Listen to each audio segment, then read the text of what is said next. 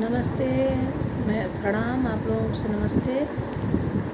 मैं एक गाना सुनाने जा रही हूँ जो सिंदूर दान होते समय गाया जाता है। आप लोग सुनिएगा और बताइएगा। वो पुराना गाना है। हटियन से नूरा महंग भये बाबा, चुनरी भई नियन मोल जी।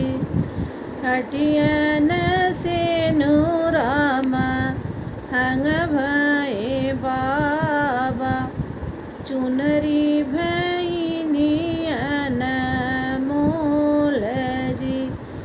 चुटकी से नूरवा के कारण बाबा, छूटी है देश तो हर जी। चुटकी से नूरवा के कारण बाबा, छूटी है